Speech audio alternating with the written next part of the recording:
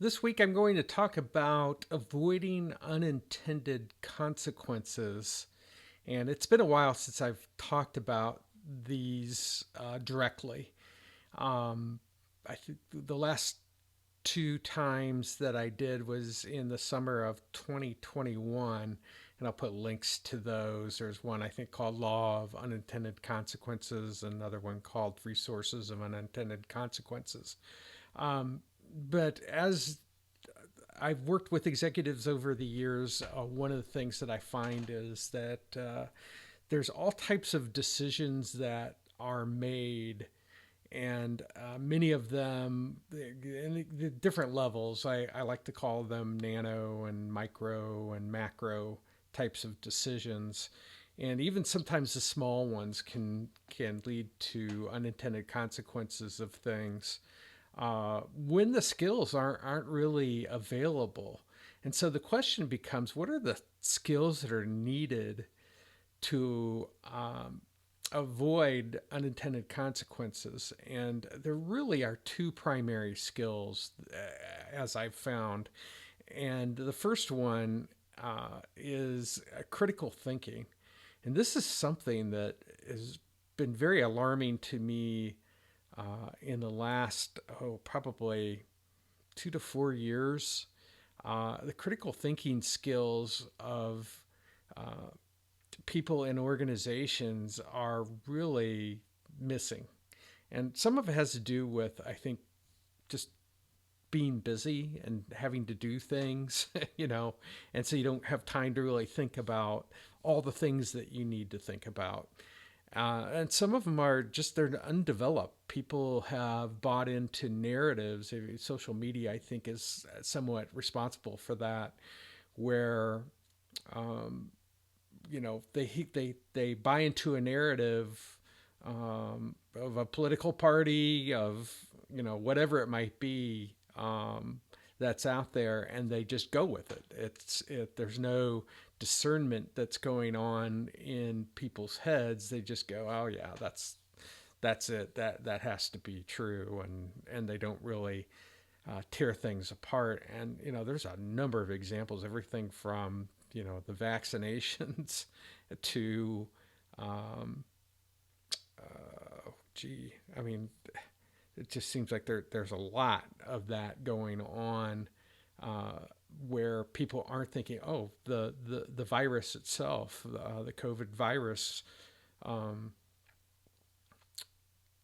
its origins. If you were to say that it, you know, didn't come from a wet market, they were ostracized on Twitter, and in many cases, me personally, I got suspended for making those types of comments. So it's amazing the difference that it makes when you can speak freely, as opposed to having groups of people that just say, no, it's not that, it's this.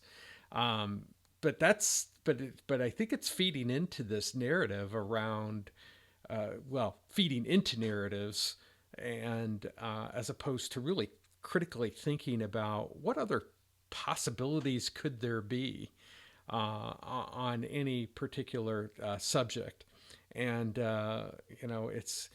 it's almost authoritarian from a standpoint. You look at an owner, an executive team, maybe that made some big macro decision for the organization without any outside input. And that's one of the roles that, in essence, I play in for organizations, is because I don't, you know, I'm not worried about keeping my job with that organization. I'm worried about them making the right decision.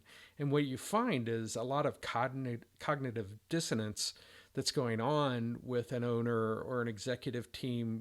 You've heard the word group think, where everybody, on an executive team for a while, they begin to think the same. And so, in order to uh, get rid of that, you have to give them a different experience, which I'll talk about here in a minute when I get to the second thing. But really critical thinking is all about analyzing situations, decisions, and potential outcomes, and really saying, okay, what else could happen? What other possibilities are there for it? And a lot of times when you have an owner and executive team, there's only one solution. They come up with one thing.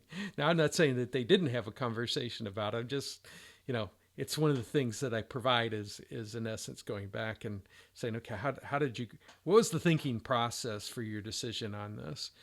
And so I can understand what's happened, as well as I do some exercises typically around taking inventory of previous decisions and how they turned out. So, you know, the skill of critical thinking is, as I mentioned, is deteriorating in executives for maybe those reasons, and there may be other things too, that people aren't challenging their thinking well enough, and as I mentioned, it's these unchallenged narratives that go on, and I blame social media primarily that they have these narratives that happen. So the second thing, other than critical thinking, that you need to avoid unintended consequences is synthetic thinking or systems thinking. And in order to mitigate some of the problems that you have with critical thinking I just talked about, it's getting a what some call a normative experience, which is going and seeing things and observing them and listening to them in where the customer interacts with your organization, because that starts to get you it builds a foundation for an executive to go back to. I like to call it a touchstone, where people can say, "This is actually what's happening. That may be what the data were telling us, but this is actually, what I experienced," and it actually points out problems with some of the data that are in organizations. But the best way to combat cognitive dissonance is with pragmatism, with reality. And I found nothing better than having executives spend time listening to interactions with customers at different points of contact, in the organization, to get real perspective, going back and reading Google reviews, if that's something that happens for your organization. It gets you grounded in reality of what's happening, and by virtue of going through that, you get a broader perspective around customers and their thinking, as well as how the system is put together in provisioning those services or those products to those customers. So there are other things that are involved in avoiding unintended consequences, but to me, they're all wrapped up in the first two.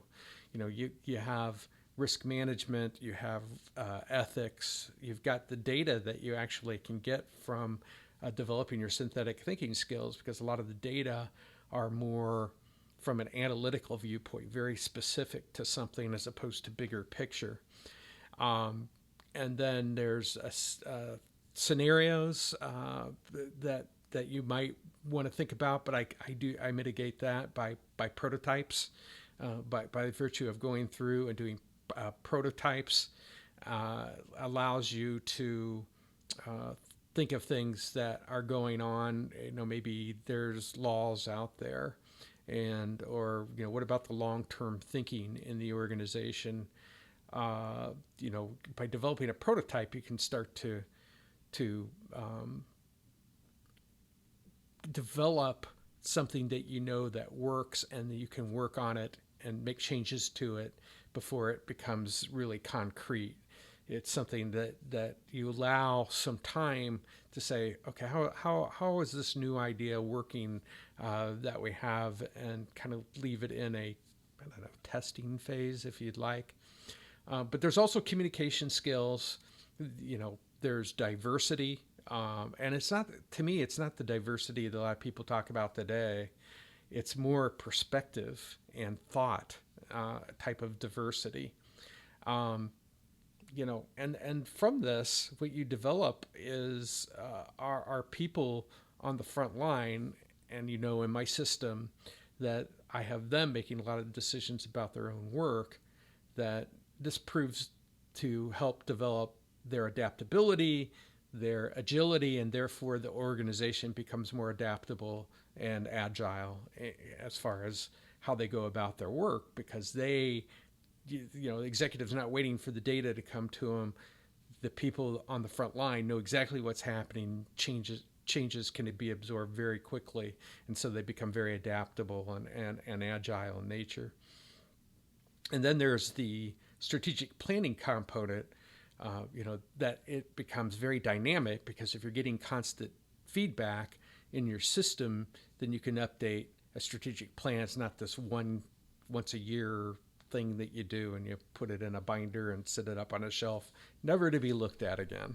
So it develops something very different than what most organizations have and really need, to have going on. So, one of the things I've been thinking about is, I really need to develop something on the critical thinking, but really it's embedded in the system thinking or the synthetic thinking portion. So those are the two most important things: critical thinking and synthetic thinking, if you're going to avoid unintended consequences in what you're doing within your organization. So that's what I wanted to cover this week. And remember, there is always a better way.